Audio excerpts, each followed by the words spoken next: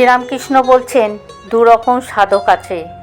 একরকম সাধকের বানরের ছানার স্বভাব, আর একরকম সাধকের বিড়ালের ছানার স্বভাব।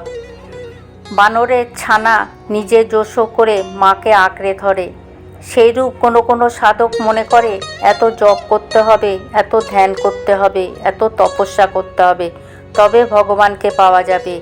এ সাধক নিজে চেষ্টা করে ভগবানকে ধরতে যায়। আর বিড়ালের ছানার স্বভাব হচ্ছে সে মাকে ধরতে পারে না, সে পড়ে কেবল মিউ মিউ করে ডাকে, মা যা করে। মা কখনো বিছানার উপর, কখনো ছাদের উপর, কখনো কাঠের আড়ালে রেখে দেয়। মা তাকে মুখে করে এখানে ওখানে নিয়ে যায়, সে নিজে মাকে ধরতে জানে না।